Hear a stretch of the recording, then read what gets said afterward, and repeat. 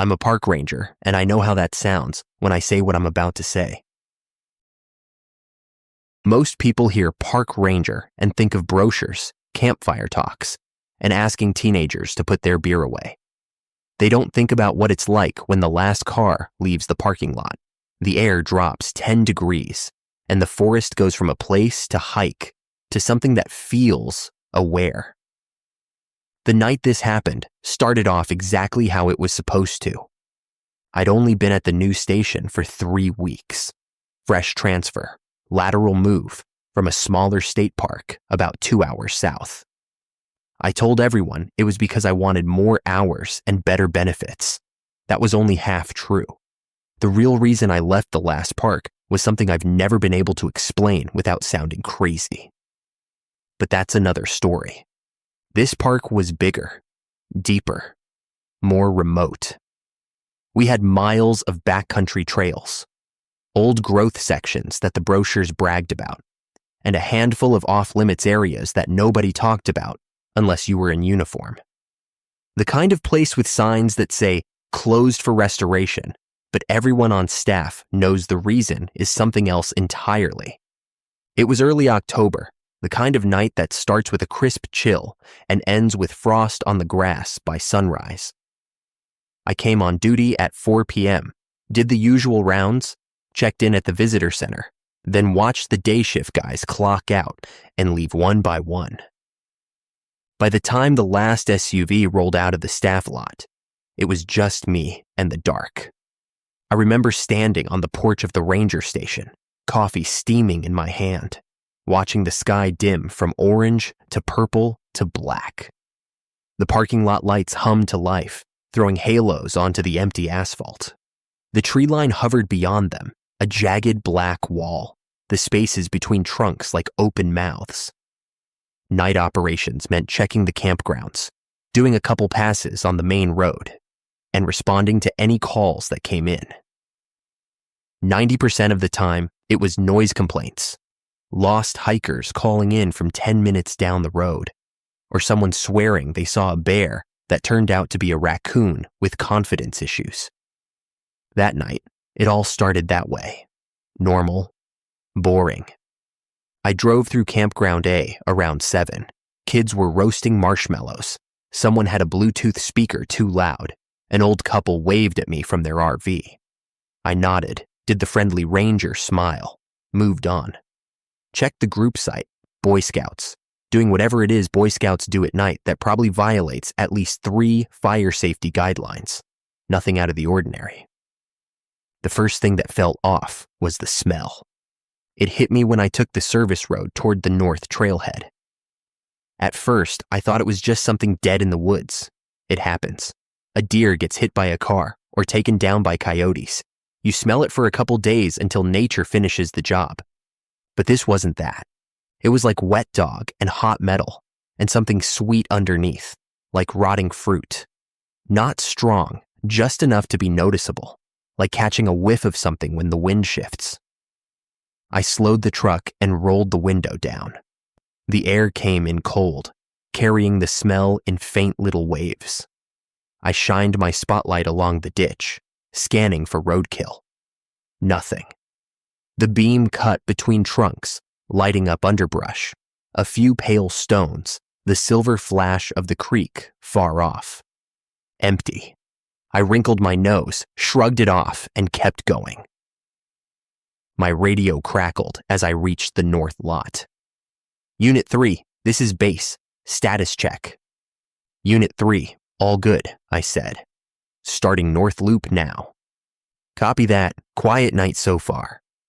I clipped the radio back and parked in the empty lot by the trailhead. The wooden information kiosk stood off to the side, pamphlets fluttering slightly in the breeze. Beyond it, the trail sign, North Ridge, 3.1 miles loop, moderate. Someone had scratched something into the wood below with a knife. Don't listen. I ran my fingers over it as I grabbed my flashlight. Probably a teenager being edgy, I told myself. People carve hearts and weed leaves and nonsense into those signs all the time. Still, it bothered me more than it should have. The trail was quiet. Too quiet if I'm going to lean into the cliché, but that's how it felt.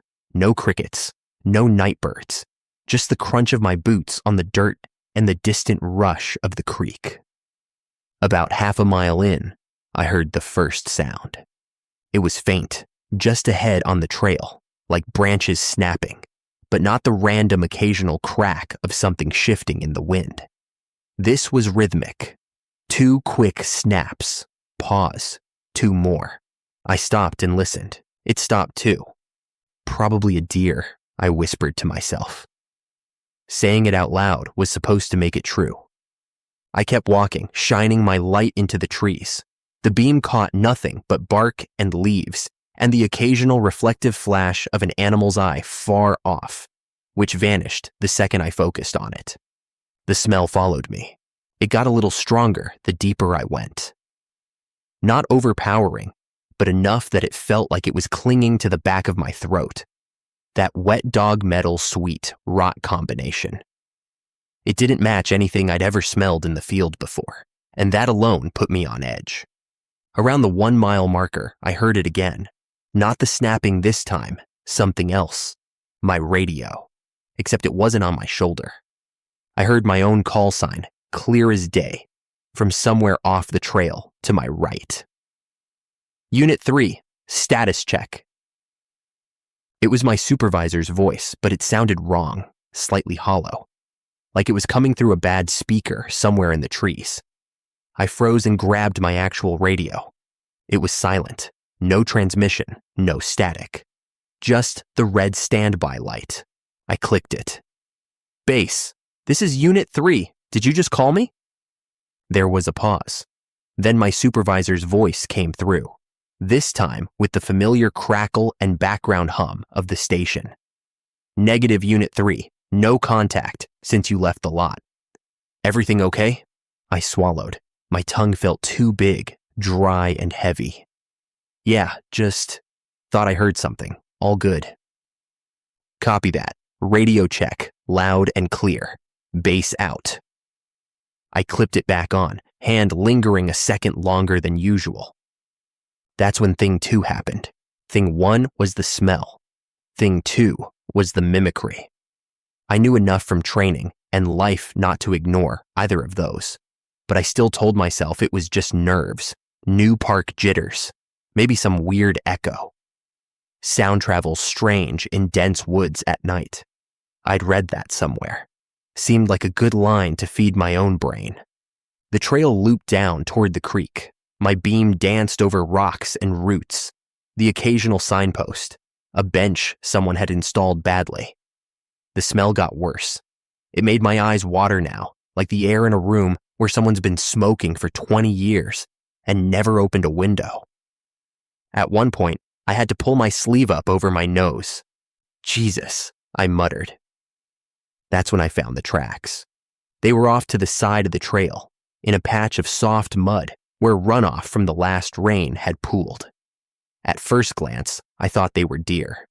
4 impressions, spaced like you'd expect for hooves. I knelt down, careful not to mess them up with my boots, and shined my flashlight closer. They weren't deer. They were wrong. The prints were elongated, deeper at the back, like whatever made them had toes or claws. It was like something had tried to imitate a deer hoof and gotten it almost right. Almost. Each print was sunk deep, deeper than a 150-pound animal should have made. And the stride length was off, too long between steps, like whatever it was had legs built for covering more ground than anything natural here. The hair on my arms stood up under my jacket. I took a couple pictures with my phone, more out of habit than anything, and stood. The forest felt closer now. The tree trunks seemed narrower, taller, like they were leaning in to listen. You're fine, I told myself. Could be some idiot with fake tracks, TikTok or whatever. Even as I said it, I knew I didn't believe it. I pushed on. The sooner I finished the loop and got back to the truck, the better. I'd log the weird smell, the tracks, the phantom radio call. Let the day supervisor laugh it off in the morning. Pretend it didn't bother me. I made it to the far side of the loop, down by the creek, when I heard my own voice. Not my supervisor this time, me. Unit 3, this is base, status check. It was exactly what I'd said into the radio 20 minutes earlier, but now it was coming from across the water, deeper in the trees. Same cadence, same tone, my own voice calling out from the dark. My chest felt heavy. I turned my light that way, the beam cutting across the moving water, hitting rocks and the opposite bank. Nothing, just trunks and underbrush. Then faint, layered under the last echo of my stolen words, came something else. A whisper. I couldn't make out what it said. Just a breathy hiss that could have been words, or could have been the wind threading through dead branches. It made my scalp tingle, like cold fingers running through my hair. I backed up a step without meaning to. There's a point in every story like this where the narrator admits they should have turned around and left. This is that point for me. I should have called it in, taken the most direct route back to the lot, and gotten the hell out. But this is my job. At least that's what I told myself as I kept going. I finished the loop faster than I should have, almost jogging the last quarter mile. The smell followed me all the way back, clinging to my clothes. At one point, I thought I saw something move between two trees out of the corner of my eye, something tall and thin, too tall, too thin. But when I swung the flashlight back, there was nothing. The parking lot felt like an island when I finally stepped out of the tree line. The truck sat there, a solid, familiar shape. The lights from the ranger station in the distance looked warm, human, safe. I got in and shut the door with a little more force than necessary. Back at the station, I filled out my nightly log. I made myself write the smell down. I described the tracks. I left the mimicry part vague. Unidentified auditory anomaly. Because even on a good day, I didn't want to be the new guy who reported hearing his own voice in the woods. When I was done, it was just after 11. I microwaved a sad little burrito, poured another coffee, and sat at the desk in the small office, the overhead lights buzzing softly. That's when the landline rang. Nobody calls the station phone at night unless it's serious. Most things go through dispatch. I stared at it for a second, that old white plastic thing with the curly cord, and then picked it up. Ranger station, this is... My voice died in my throat. On the other end, I heard breathing, not normal breathing. It was wet, ragged, like someone breathing through a mouthful of phlegm. It crackled in the receiver, close and intimate. "Who is this?" I said. For a moment, there was nothing. Then, very softly, in a voice that didn't sound like any radio or phone static I'd ever heard, something whispered my name. Not my last name, not Ranger or Unit 3. My first name, the one I hadn't told anyone at this new posting yet. I'd just been the new guy for 3 weeks. I hung up. My hand shook a little as I set the phone back in its cradle. I laughed, a short, humorless sound, and told myself it was a prank. Maybe the guys from my old park had gotten creative. Maybe they'd looked up the station number, hired some voice actor. The explanations felt thin and brittle in my head. I didn't get any more calls. The rest of the shift, I stayed in the station, half watching some old nature documentary. On the office TV with the volume low, half listening for anything outside. We're supposed to do one more sweep of the park before end of shift.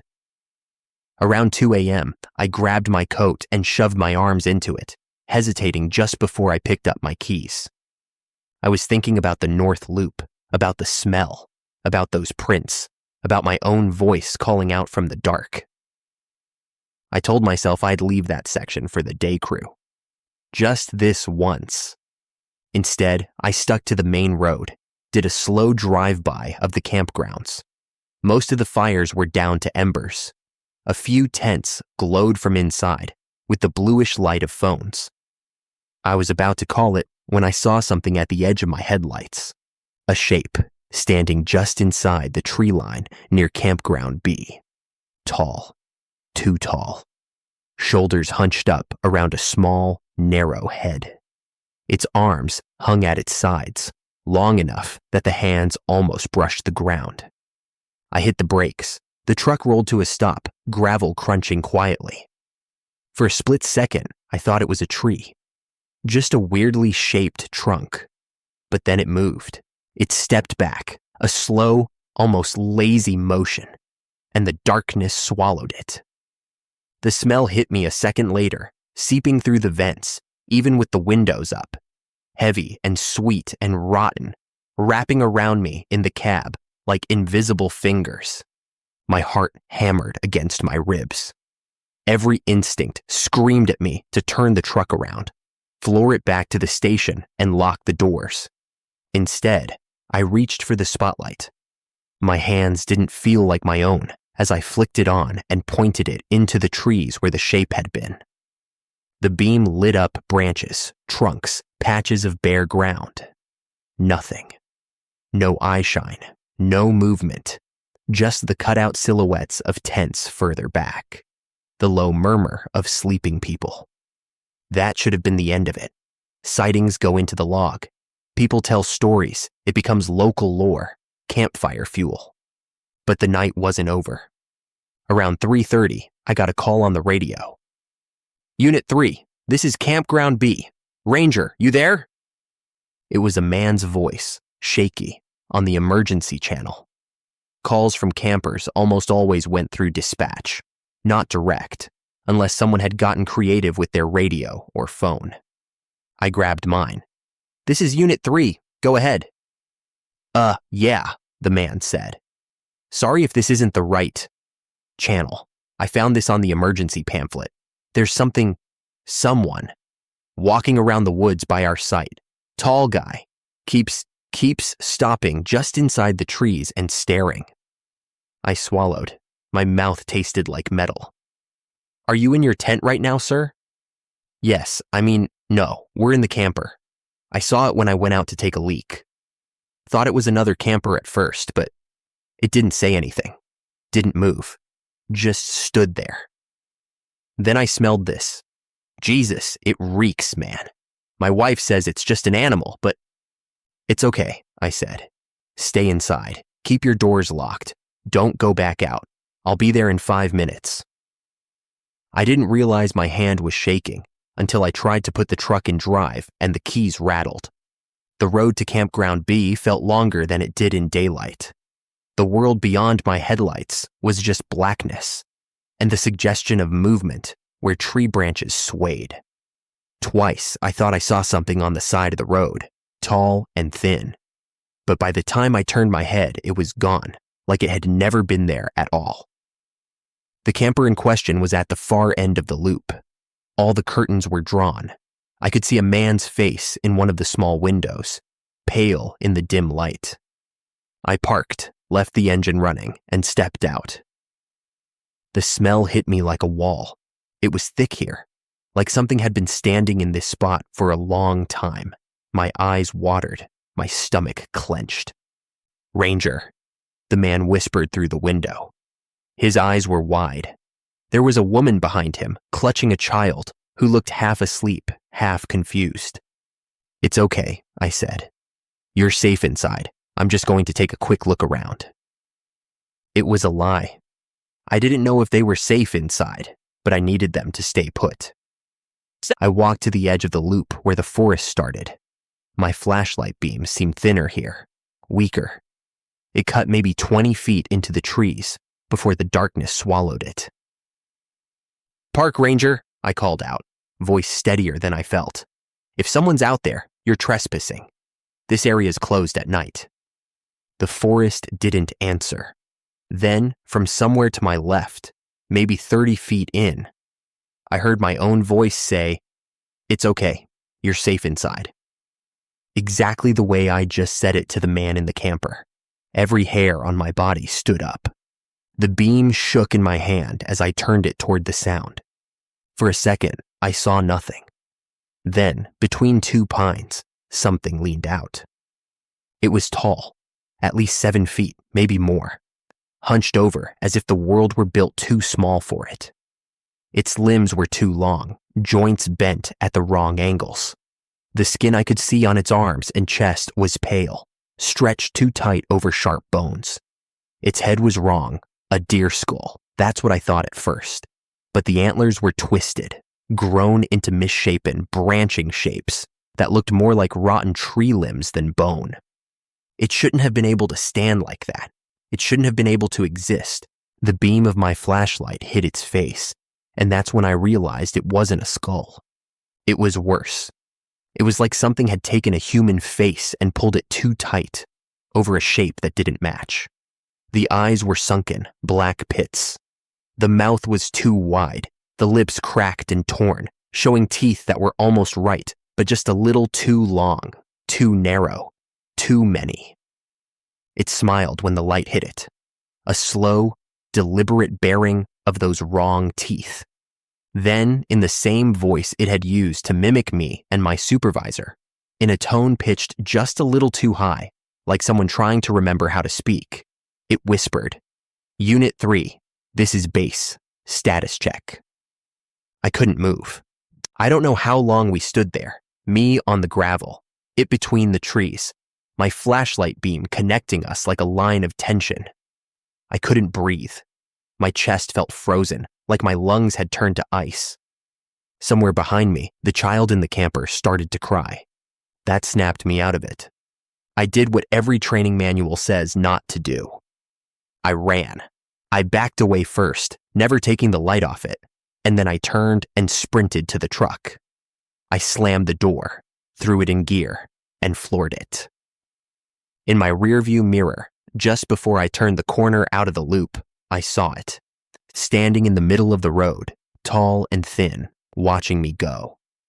Its head tilted to one side, curious. I didn't go back to the station right away. I did another pass around the campgrounds, more for my own sanity than anything. By the time I got back, dawn was graying the sky.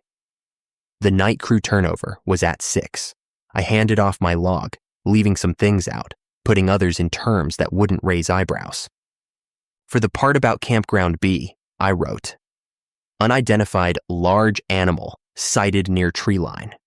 Advised campers to remain indoors. We'll follow up with day crew for tracks." The day supervisor skimmed it, made a face at the smell section. "You and that smell," he said. "Must be a carcass out there somewhere. We'll send someone to look." I nodded like I agreed. I went home, showered for far too long, scrubbing at my skin until it was red. The smell had gotten into my clothes, my hair. I could swear I still tasted it when I tried to eat breakfast. I told myself it would be better after I slept. It wasn't. I dreamed of the forest, of long limbs reaching between trees, of my own voice echoing back at me from all directions, overlapping until it became a roar. When I woke up, my throat was sore from screaming. I called in sick that night, said I'd caught something. They didn't argue. New guys get a little leeway. The second night, I almost didn't go in either. I sat in my car outside the station, hands clenched on the steering wheel, staring at the tree line. I told myself all the rational things, that stress and lack of sleep could cause hallucinations, that other rangers had probably seen weird stuff and kept their mouths shut, that if I wanted to keep the job I'd wanted since I was a kid, I couldn't be the one who cracked. I went in. It's been 3 months since that night. I still work here. I still do my rounds. I don't go back on the North Loop alone if I can help it, and I avoid Campground B after dark unless I have to. We found tracks out there a week later, not just off the trail, right behind some of the campsites. Same almost deer, too deep, too long prints. The day crew blamed it on bad ground, boots slipping. They roped off a section of the forest near the creek for restoration, put up a sign and everything. We don't talk about the calls we've gotten since, the ones where campers say they hear their own voices calling their name from the woods, or a loved one's voice, just out of sight, asking them to come take a look at something. The ones who say they smelled something awful, like something dead and wet and metallic, just before they saw a tall shape between the trees. The ones who didn't listen when we told them to stay inside. We've had 3 missing persons in as many months. Officially, they're listed as lost hikers. Unofficially, I know better. The last one was a solo camper, young guy, mid-20s. His friend said he liked urban legends. They found his tent still set up, his car still in the lot. No sign of him. The only thing disturbed was a patch of mud near the tree line behind his site. When I went out there with the search team, the smell hit me before I got to it. I almost turned around. The prints were there, deep, wrong. We followed them until they just stopped, like whatever made them had stepped into thin air and vanished. I don't know why I'm telling you all this now. Maybe because I'm tired of writing half-truths in logs. Maybe because last night, on my way home, I saw something that stole whatever was left of my denial. I live off Park, in a small rental house on a quiet street, no basement. One of the things I made sure of when I signed the lease. Just a crawl space. I was taking the trash out around midnight because I'd put it off until the last possible second, like always. The neighborhood was quiet, a few porch lights on here and there. The air was still. I was halfway to the curb when I smelled it, faint at first, then stronger. Wet dog, hot metal, rotting sweetness. It wrapped around me like a familiar hand. Slowly, I turned and looked across the street toward the small strip of woods behind my neighbor's house. Their yard light was off. The trees were black silhouettes. For a moment, I let myself hope it was just a trick of memory, a scent caught on the wind that reminded me of that night. Then something moved between the trunks. Tall, thin, too tall, too thin. I didn't stay long enough to shine a light on it. I didn't need to. As I stood there, trash bag dangling from my hand, skin crawling, I heard my own voice drift across the quiet street. Not from my mouth, from the trees. Unit 3, this is base, status check. It was my voice, but older, worn, like it had been stretched over something that didn't quite fit. I dropped the bag. I backed up the driveway without taking my eyes off the tree line. I went inside, locked the door, and turned on every light in the house. I've been up since, listening to the night, waiting for the phone to ring, half expecting the landline at the station to ring instead, even though I'm not there. I don't know how it followed me here. I don't know if it's the same one, or if there are more, or if this is just what happens when you spend too many nights listening to the forest breathe. What I do know is this. If you ever find yourself camping out here, and you hear your own voice calling you from the woods, no matter how much it sounds like you, no matter what it says, don't answer. Don't listen. Stay inside. Lock your doors. Wait for daylight, because something is out there that hears us, watches us, and learns. And once it knows your voice, I don't think it ever really lets it go.